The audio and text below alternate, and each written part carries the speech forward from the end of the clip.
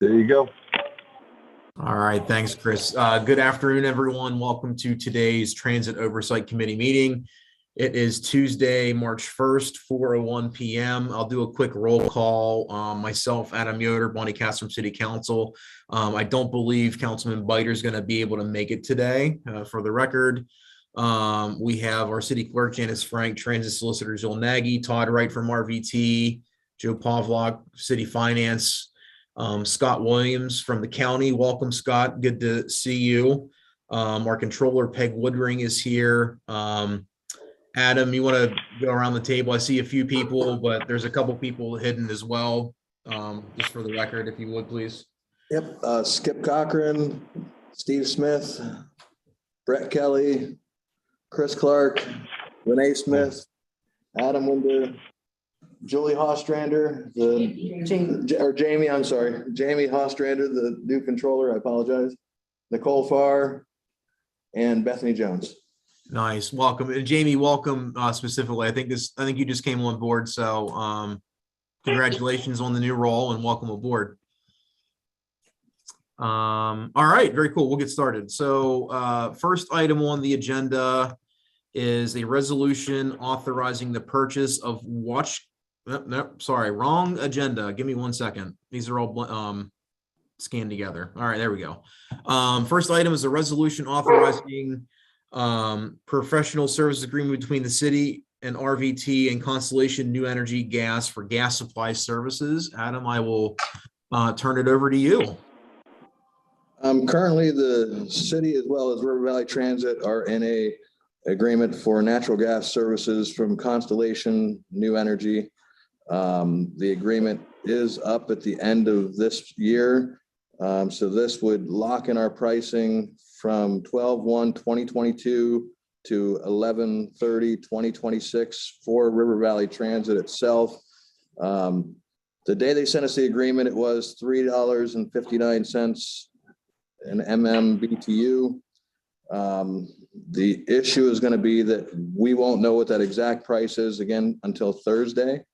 Should it change due to the current climate, we will have a new resolution and a new agreement all set by the end of the day, business day, Thursday, to present to council. Okay. We just want to make sure we had it on the agenda and made sure council was aware that, the pricing could change due to the current climate between now and Thursday. No, understood. Okay, Bonnie, I'll defer to you first if you have any questions on this. No, I don't. Okay. So a couple of questions. So obviously, first and foremost, Adam, you had mentioned about the price may be changing. Is this a variable rate contract or how do the mechanisms of the contract work here? The price that we lock in at the day of the council meeting is the price it will be for the next 4 years, for 4 more years. Okay. It is a fixed rate. From what I'm seeing and understanding, natural gas prices are only going to climb.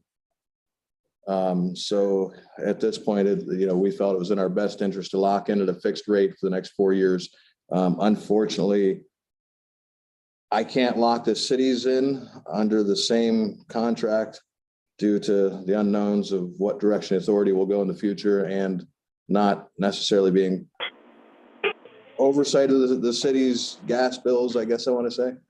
Yeah, understood. I get that. I don't frankly think, I don't think the authority thing plays into it at all. I think regardless, we've been talking about separating, RVT and the city irregardless of that. And so I agree. I think that, from our public works standpoint, I think they need to do that as well. So that's the right move. And that was another one of my questions, Adam. I just wanted to confirm that this was just for RVT, correct? It's not including anything for any other department or area of the city. It's singularly for RVT, correct? Yes, sir. Just singular for RVT. Okay. Stupid question. When's the last time that we shopped for a supplier?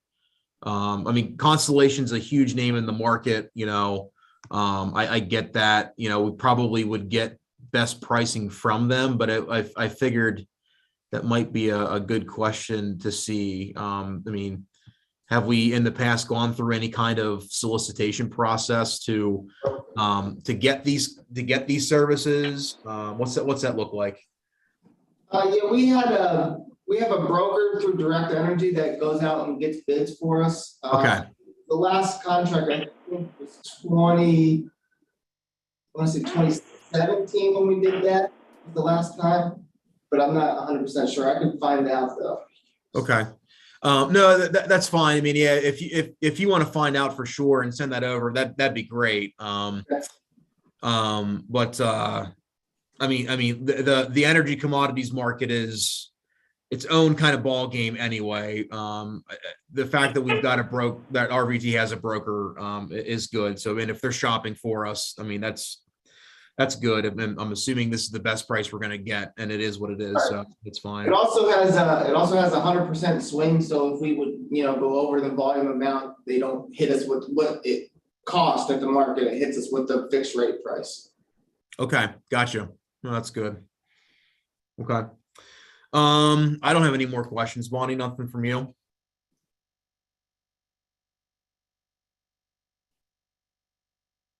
I'm sorry, I forgot I was muted. I No have worries. no more questions. Would you All like a right. motion? Yeah, I'll take a motion, Bonnie. I move that we pass this on to the full body of council with we don't take this to council. Mhm. Yes. Yep, we do. This is a resolution that's on the agenda, Bonnie. Yep. Okay. I move that we pass this on to full body of council with a positive recommendation. I'll I'm second. sorry, I need coffee right now. It's been a long day with all these meetings. No worries. I'll second that. All in favor? Aye. Aye. All right, perfect. Thank you very much, everyone. Item 2 is review of intergovernmental support information. And Adam, I'll turn this over to you also. So I thought what might be valuable, so we had some discussion 2 weeks ago about the big thing was really what's the plan look like to separate the tentacles, so to speak, between RVT and the city from a shared services perspective, because as we go through the authority creation process, we need to make sure that we're doing that, right? And so I thought if you're able, Adam, if you don't mind going through some of the information that we've discussed here from the shared services perspective and kind of give us a review, and then we can take the conversation from there, because I know there was some discussion on vehicles, equipment, maintenance information, IT, rooms, maintenance, building facilities, maintenance information, trainings, that kind of stuff. So does that sound feasible, Mr. Winder? Yes.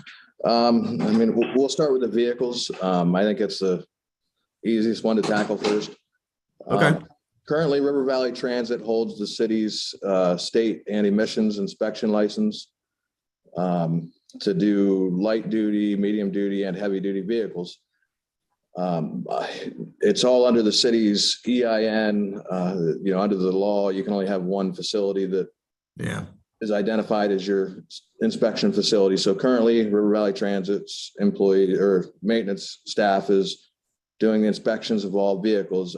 Naturally, the simplest transition there would be we relocate that inspection license under Public Works. I have held conversations with Mr. Livermore as well as the Union of Public Works that they do have classification of a lead mechanic, which does, under that classification, does require state inspection ability. So Mr. Livermore is working with the union over there to identify how many mechanics are willing to become state inspection mechanics, emissions mechanics. As far as the facility there and the equipment to do it, the only thing that they're really missing is an emissions machine. That's about a $7,000 purchase, or you can naturally lease one. My opinion is the purchase is the best way to go. The savings with the number of vehicles that they would do an emissions test on, you'd recover your money within 2 years easily. So that's a pretty smooth transition. Under the authority, we would just have to apply for a state inspection license at this facility at that point and hold all of our state inspection mechanics on that, as well as the emissions licenses, with that. Okay. And so since as we go down the process of creating this authority, if I'm understanding this right, Adam, so we passed this on Thursday night in second reading. That gives us the ability, after the advertising process and what have you, to file for the EIN. Once we get that EIN, we can file for the inspection licensing or what have you, and then RVT will have its own. So it'll be self-sufficient when it's an authority. From the city's end, we simply have to figure out the emissions machine. Correct. And you don't necessarily have to have that right away. Unfortunately, under inspections from an outside facility, that is your most expensive portion, is the emissions part, because the state requires you to go through a third party with your emissions machine. It does a direct dial, so you pay for that dial up every time, whether it's a pass or fail. You have to pay for the service of that machine, which it's minor. The benefit is, because it's a municipal government, you do not pay for the state or emissions inspection stickers. There's cost savings there. Like I said, the cost to go out to a third party is pretty significant. I think the average state and emissions inspection right now is about $80 a vehicle. So doing it in-house at Streets and Parks would definitely save significant money. And there's 3 mechanics there that are completely capable of doing it with no issue. Okay. No, that's good. A follow-up question before we continue going on, for the mayor. I guess the big question, really on the city's end, is going through the process of finding an emissions machine. And, we have a recommendation from Mr. Winder on, purchasing versus leasing. A quick load of financial analysis might be beneficial when we go through that. But I guess the question of when are we going to go through that process to get that machine is I guess the only follow-up question that I have, to make sure that we have a little bit of time, it seems, but I think sooner the better, certainly. So I don't know if there's any thought from the administration on that end.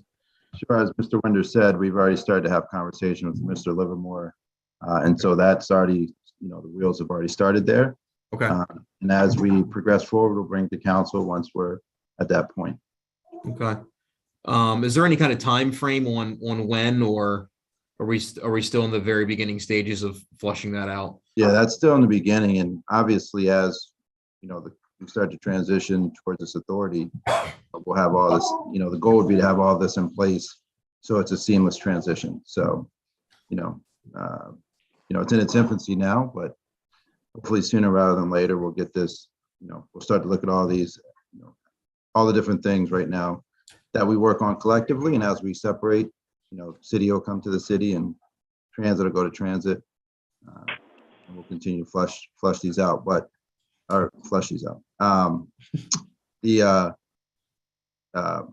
this machine specifically, though, we'll keep working on that and get the pricing and quotes and all that, and have that ready for council's review here, hopefully in the near future. Perfect. Mrs. Katz, you have a question?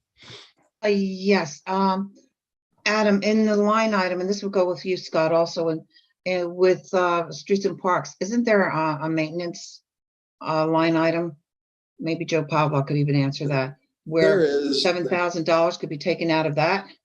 There is, but I personally speaking, naturally this will be up to the rest of the administration and council, due to this machine doing the work for all departments. I think that cost would come out of the vehicle maintenance line item from each individual department, would pay their portion.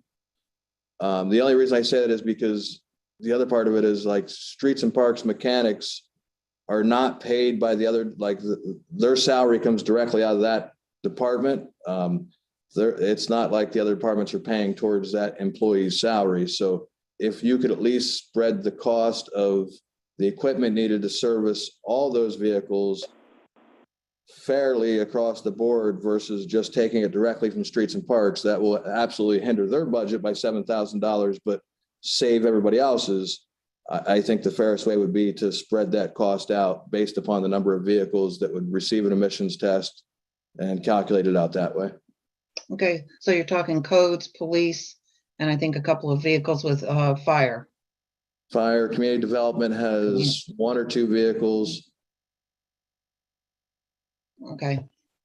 So you're talking maybe 4 departments to split it up with. Yes. Was not most of the automobile repairs and everything, wasn't that being done with streets and parks? Yes, ma'am. And it's still doing it, streets and parks is still doing that, right? Yes, the only time that RVT mechanics get involved is the inspections. RVT does have an alignment machine, so we're assisting with alignments.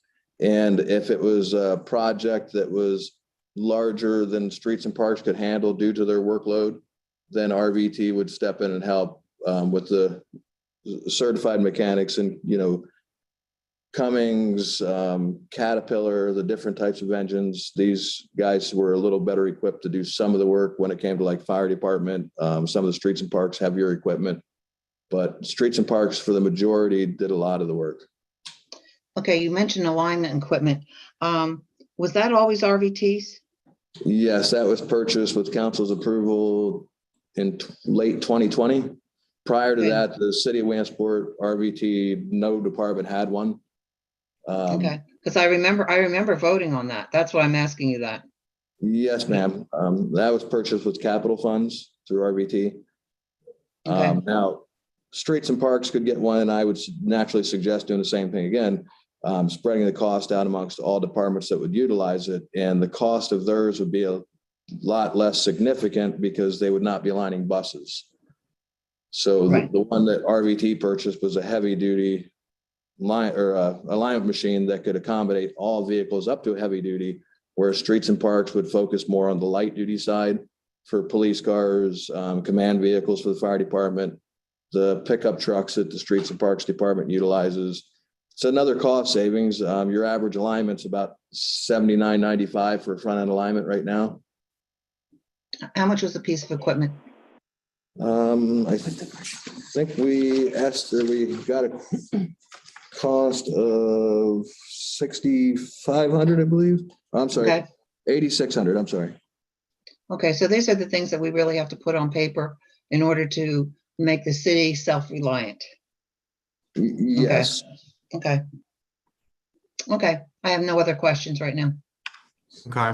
And neither do I. I mean, again, I think with this thing, it's really the big thing we're missing is the emissions machine. And so, I mean, we just need to go through the process of identifying it and get it purchased. RVT got their emissions license and machine in 2021. It was something we brought in-house here because, like I said, it is a huge cost savings. So it was recently brought here. It's not a huge challenge. The individuals that would take the test at streets and parks could do it. I believe Penn College is where we sent our individuals here to take the test. It's only a couple-hour test. So it's pretty easy to get, I want to say. Not really sure why the county requires it. It's just a gas cap test, but and a very expensive machine just to check the gas cap, but laws are laws. The walls. Amen. Yeah, that sounds good. Okay. Adam, you want to keep going? Because I'm good with the equipment part of this. Sure. The next one is HVAC.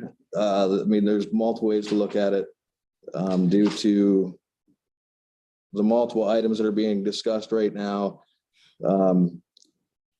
So if the city government was to stay within RVT's facilities, naturally, the need for HVAC individual for those facilities is covered under the authority at that time. should you go back to City Hall, and we'll include fire department buildings. And I'm sure there's a few buildings I'm thinking of. We have had over the last 2 years had Sean Bastian, who is a very talented young man. He has worked with Jordan Philman, the HVAC individual here at River Valley Transit.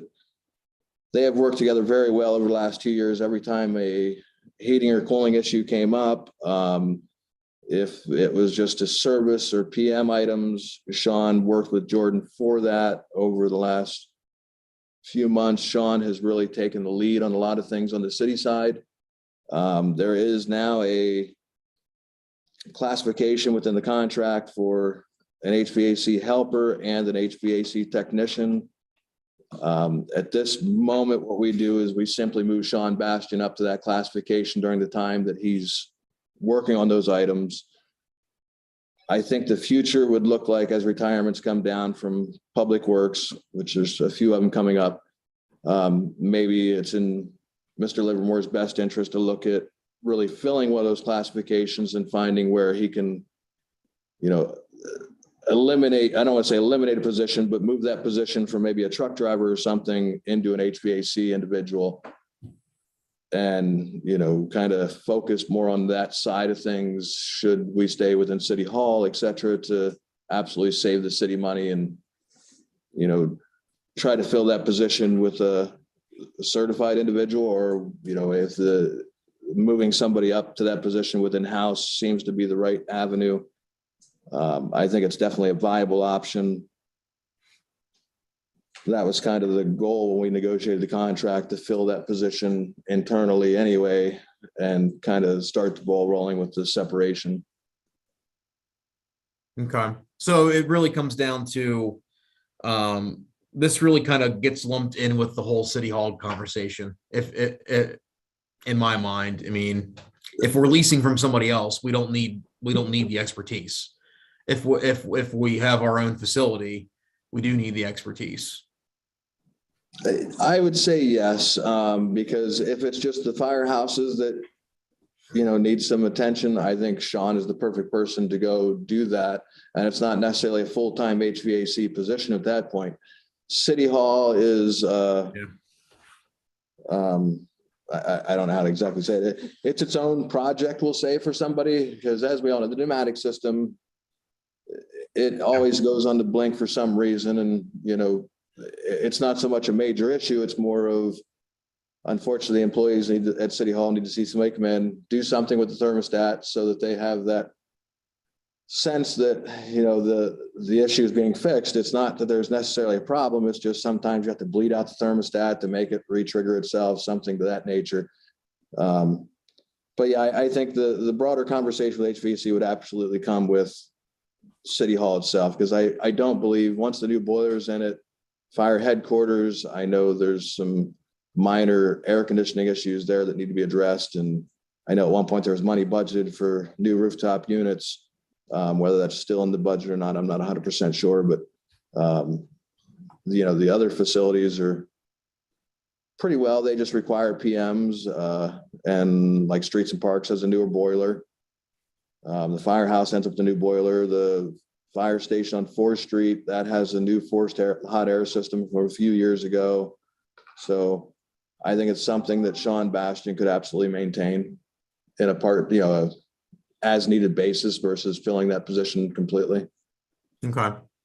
Bonnie, do you have any questions related to this piece? No, Adam, thank you. No, I don't. Yeah, the only thing I would say is, I guess, as the administration is going through putting together a plan that they're going to bring forward in April related to City Hall, I would think that this would be a part of that, because based on what that plan proposed is, and there would need to be a maintenance component associated with that. So I would lump that in with that. And then I think based on what that is, and if council accepts it, we would need to make sure that that's covered within that plan. So Mayor Slaughter, the heads up for you. If you would, as you're putting that together, factor that into that. Okay. Keep going, Mr. Winder. During the winter months, RVT does have its own plow trucks to plow Transit Drive. A couple parking lots that RVT has, Midtown lot, around Church Street, et cetera. The Streets and Parks Department does do snow removal around those facilities, the piles. Worst case scenario for RVT is that we would have to contract the snow removal out or do some type of agreement with the city of Williamsport. Jill, is that? I see her say, yep. Yes. Sorry, I was muted. I mean, under the current lease agreement, it does say that the city of Williamsport will assist with snow removal, et cetera, around those facilities at this time. But should you guys go back to City Hall, then I think it would just be a simple MOU, because we're piling the snow on your streets to say. So it would just be a collaborative effort to come up with an agreement that we would compensate the city of Williamsport for their time and equipment to remove that snow from the streets that we pile. Okay.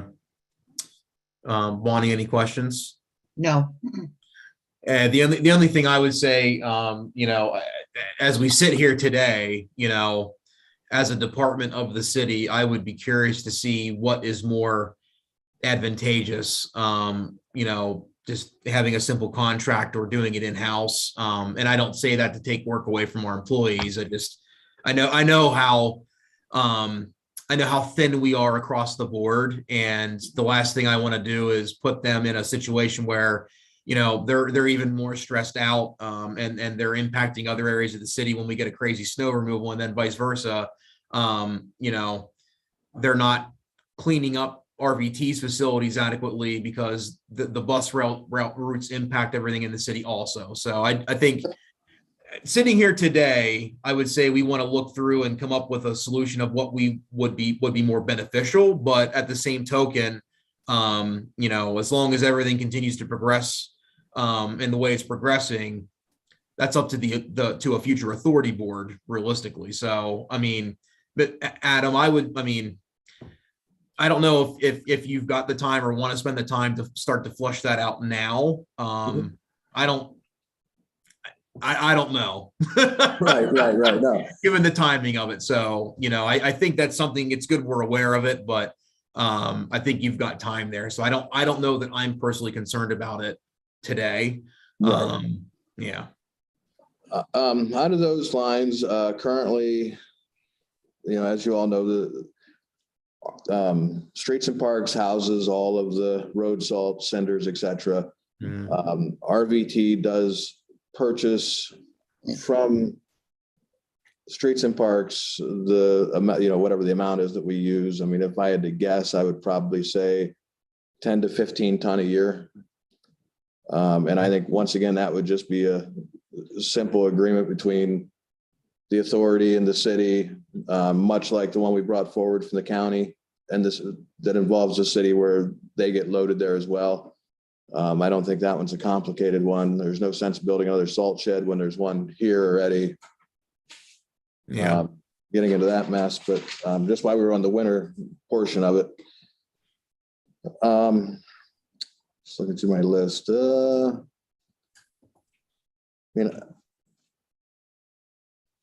There's the IT portion, which that's more of a conversation with the mayor.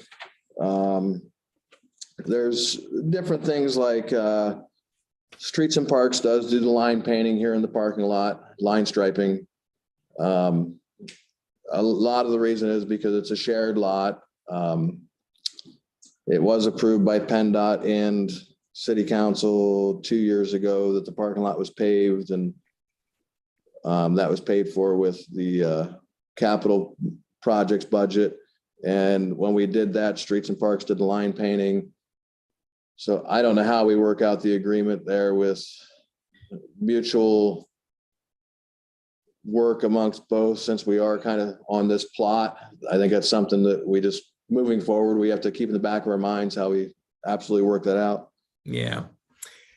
I don't have the answer to that either. I think, again, most importantly, the reason we ask these questions is to identify them.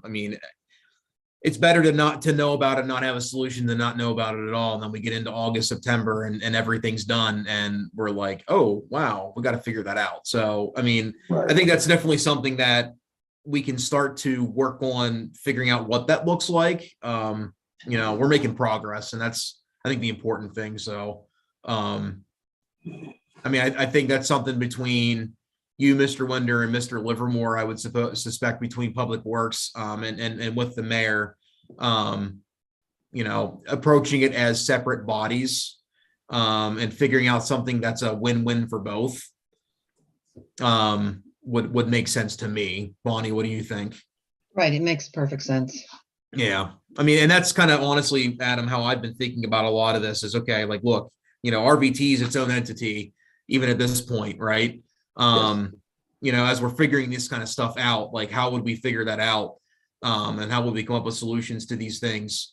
If that were actually the case on paper and literally. So yeah, I think that makes sense. We're going to be peeling the onion for quite a while. Yeah, we probably will be. It's definitely going to take some time. Yeah, and that's okay.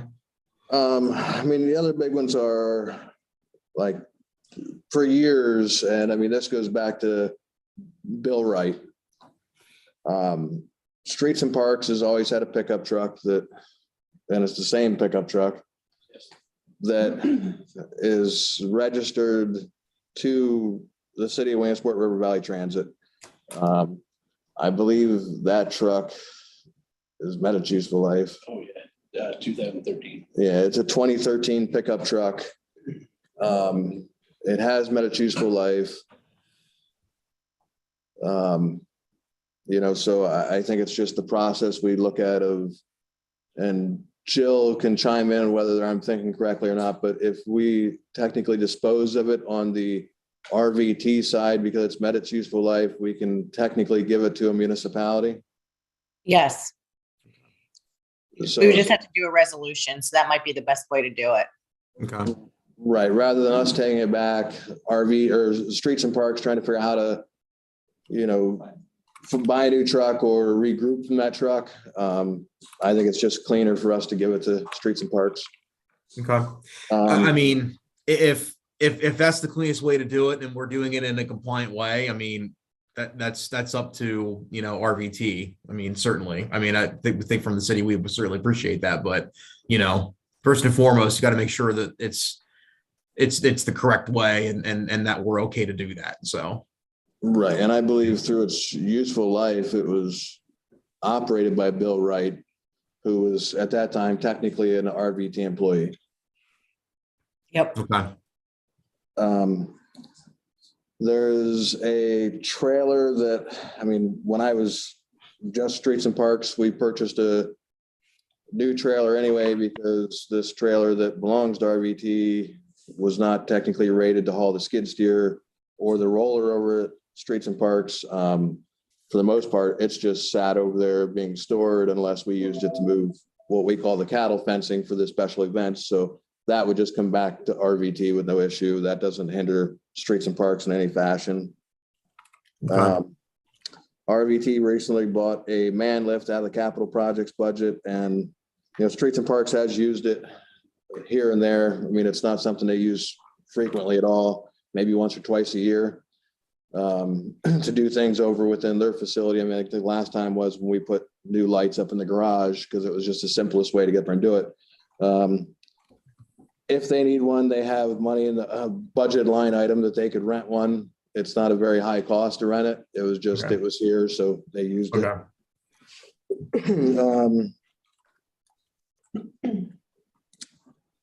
Okay. I think that's a majority of it. I'm sure there's some minor things. Like the electrician, when we had electrical problems here, rather than us calling Lecce, he would come over and assist us with electrical problem, but Streets and Parks invoiced RVT for that. So Yeah. it wouldn't be Okay. much different than calling Lecce. It's a little more expense, but RVTA would just have to call Lecce or some electrical vendor. So doesn't happen that often. So I don't think that's a big issue. Like I said, I think the biggest one we're down to is besides talking about facilities would be IT. Yeah. Mayor Slaughter, where are we at with hiring an IT person for the quote unquote city, and instead of it being within RVT? I know we did the transfer ordinance and had that wrapped up about 5 weeks ago. Where are we at there? We're having discussions internally, working with Chris Black as well. And as soon as we, have worked with Chris Black, we will either post it. But Chris, and I know Chris is on, I want to speak for him. So we're having some internal discussions, and then we'll move forward with that here in the very near future, depending on what's decided internally. Gotcha. Yeah, I mean, I'm hoping, I mean, this is just my personal opinion. Bonnie, chime in here. I'm hoping we can get that wrapped up. I mean, the month of March. I mean, and here's the concern again. I mean, this is a pretty big tentacle, so to speak. And it, in my mind, has really the biggest impact to the city specifically, because we're not just talking about, IT support with emails, with running council meetings. I mean, this is the position in the city that really deals with technology strategy, where we're really trying to get a leg on digitization of city government. This position is absolutely critical for that. And I mean, and this is no reflection of Chris Black or RVT, but I'm sure that Chris Black is doing both city and RVT stuff. He should be. I mean, he's a RVT employee. That's a reflection of, I think, the structure that we have him in, not a reflection of him or RVT at all. And so I think that we're positioning ourselves for better success by filling this role sooner. So I'm hoping, and I mean, I would even ask, I mean, let's get it figured out in the month of March, and let's get it behind us. It's one less thing we've got to worry about as we're, kind of breaking up and separating between the city and RVTA. So, Bonnie, what do you think? Well, we've been asking for this for a while, and Mayor, has HR gone and advertised for the position? No, we have not done that. We're still discussing internally. Well, why would you still be discussing it? All you have to do is start advertising. Because I'm not being, it's frustrating sometimes. It's advertised for the position for IT. No, we're not at that point yet. As soon as we're at that point, we will. What point do you need? I'm sorry, I've got a cat throwing up here right now. That's why I'm getting No, that's fine. frustrated. We're still having some internal discussions. So as soon as we're at that point, we'll Okay. get there. So yes, I agree. Sooner rather than later, but we're a few more things to work out, and we'll advertise. Okay. Well, I'll look forward to seeing that wrapped up sooner than later. Again, hopefully in March, that'd be great. But I appreciate the update. Okay. So no, I appreciate that. And again, I mean, Adam, you made the comment, there might be other things that we catch, right? And that very well may happen. As you catch them. And Joe, again, I made this ask of you, I think, a month ago.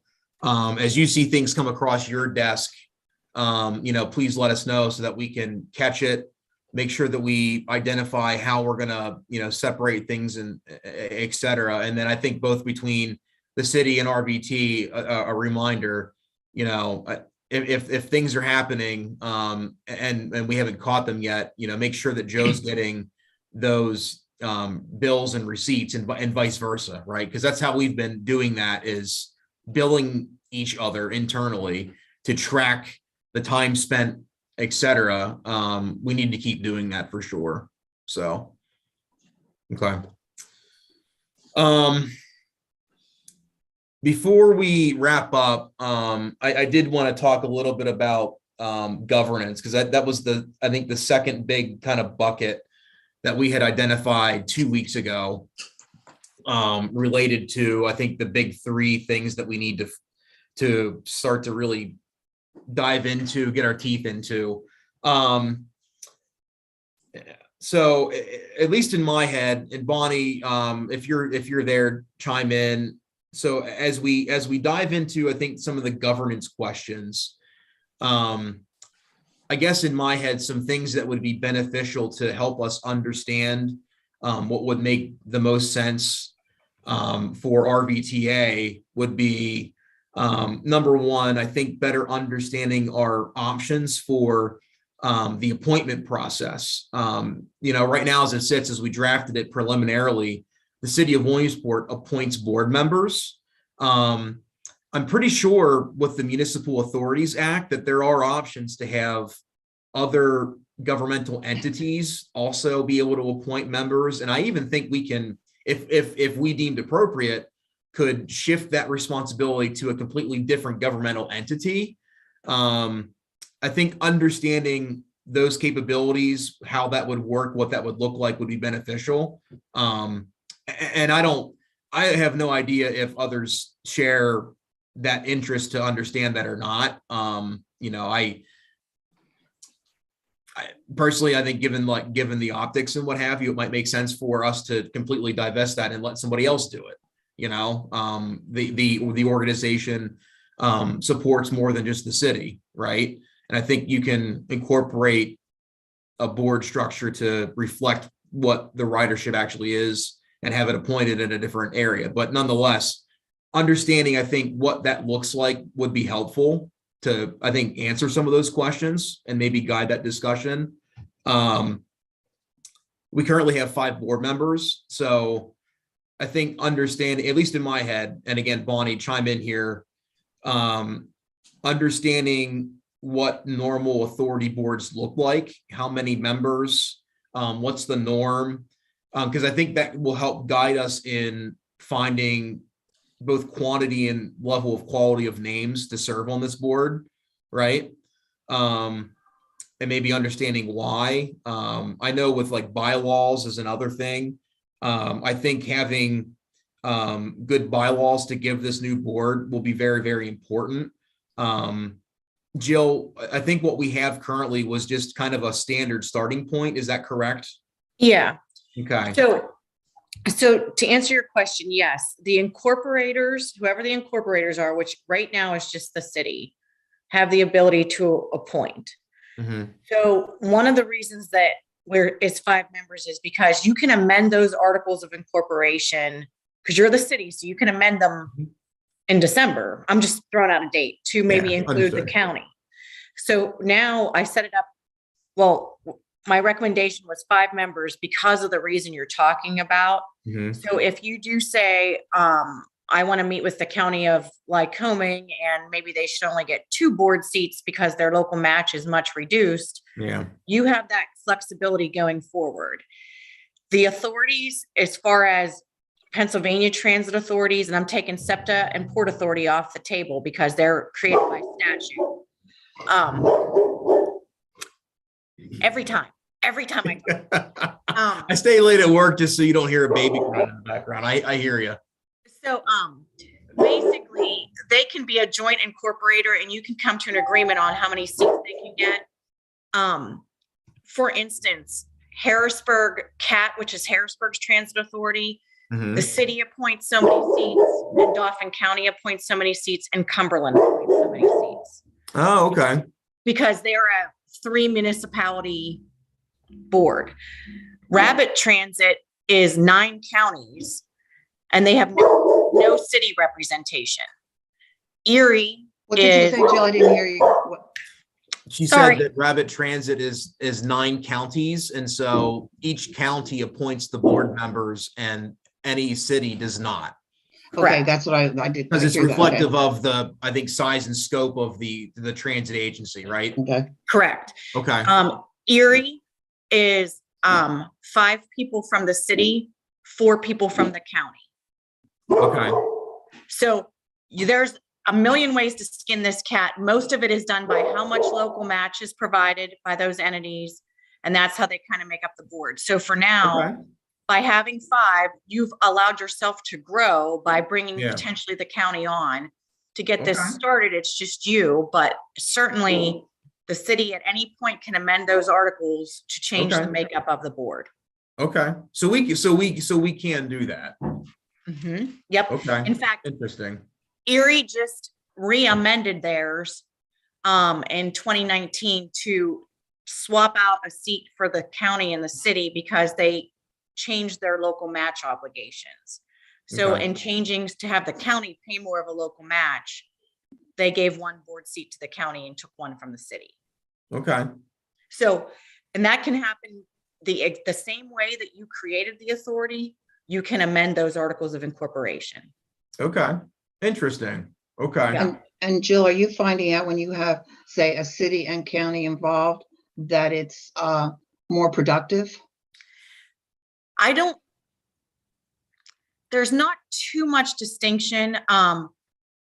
BARDA, which is Reading, they, for the first 25 years of their existence, were the Berks Area Reading Transportation Authority, where the city had 4 seats and the county had 5. Then the city got out of the transportation business. It's now a county authority. Okay. So the city of Reading said, hey, we want to now make this just a county authority. So they left through the amendment process. So these things changed, depending on and over the years. So How did they go through the process of getting board members? So for the county commissioners appoint the board members. When it was in the way it is, in Erie is, they have a different city government than you do. The county executive appoints in Erie because they've ceded all their county power to the county executive. Okay. So, it's just, each different charter is how it is. And I kind of feel bad about myself to know the makeup of these boards that aren't you. No, it's okay. Well, again, I mean, I'll repeat it. Something that's resonated with me is, making sure that this board looks like the community. That's something that has resonated with me that I think is important to every stakeholder involved with this, whether it's federal, state, county, or city stakeholders, right? And even stakeholders within the surrounding municipalities that pay local match. And, it's very, very important. And so how do you do that? And at least in my mind, I think this is a mechanism that you use to make sure that's adequately captured, right? And it even gives you a little bit of checks and balances in making sure that the proper board members are appointed and there. So, yeah. There is the only place that's that I can think of that has smaller municipalities that are on it as opposed to a city county is Armstrong County. Their transit authority is called Town and Country. They have 2 municipalities, like the city of Katanning and another municipality that appoint, only because that county is so rural. They don't have a city the size of Williamsport. So they have 2 other municipalities that are really their employment hubs. But for the most part, it's a city county venture. Okay. Can Joe, I ask this? Go ahead, Bonnie. I'm sorry. One of the subjects that you mentioned in the very beginning was bylaws. Everybody has their bylaws to follow, right? Can we not reinvent the wheel? Can we have some guidance in that? Yeah, so I think Adam, and if I'm wrong, correct me. I think I gave Adam at least the newest authority that was just created as of December 1st is Susquehanna Regional. Okay. So you should have those bylaws to look at them. That's the newest. Yeah, they were included in that. Yes. And the Erie's there. Okay. But certainly I can give you examples from most. A lot of them are very similar. There's different things that are quirky, like can the chairman, some places have the chairman can only be the chair for 2 years, then rotates off. Some there's no term limit. But for the most part, they're pretty much the same, except for like those officer type scenarios that kind of changes a little bit here and there. Okay. Yeah, I mean, I think with both, appointment process and bylaws, if it's not too much work, I think a couple of different examples would be good, just about to show how it's codified and where particular things are captured where. So like when you talk about board terms, term limits, what's incorporated in the ordinance level and codified versus what's in the bylaw level, I think that would help at least me clear up some questions. That'd be great. That'd be great. And I think, once this is up and running, I think those are important conversations to have, because as Adam said, you have Clinton to the north. Mm-hmm. SRTA, for example, they got started similar to you. Like I said, they're 100% brand new. They're 60 days old. Franklin County is going to start contributing local match. So we left a spot open, meaning we reduced the number we were going to originally have by 1, knowing Franklin County is coming on in 2023. Nice. So we will amend those those articles of incorporation at that time to make them an incorporator. They will then get to appoint a board seat. Okay. Interesting. Yeah. I mean, again, making sure that this board is reflective of the community. These are the mechanisms to do that. But as it grows, making sure that we know how to update it so that we can incorporate future community stakeholders so that they have a seat at the table, as they should. This all helps that. So that's good to know. And I appreciate that. Mm-hmm. I think some examples would be helpful, and then we can dive into them in the next meeting and, maybe start to flesh out, where at least we as the city feel like might be a good direction to go. So. Okay. I think that's where the starting point should be at this point, to start flushing out, seeing where we can, what is there and what we need to incorporate into our own verbiage. Okay. Cool. Bonnie, Adam, anybody else from that's with the group with Adam? Any questions or comments related to, I think, governance or what we're going to dive into, I think, next meeting? Nope, nothing on this end. Okay, cool. I'm going to ignore item 3. I think that kind of that was kind of lumped in with item 2. So I'll move to item 4. Are there any related items to discuss between Adam, the team at RVT, Bonnie, Jill? No, I think this has been a productive meeting as far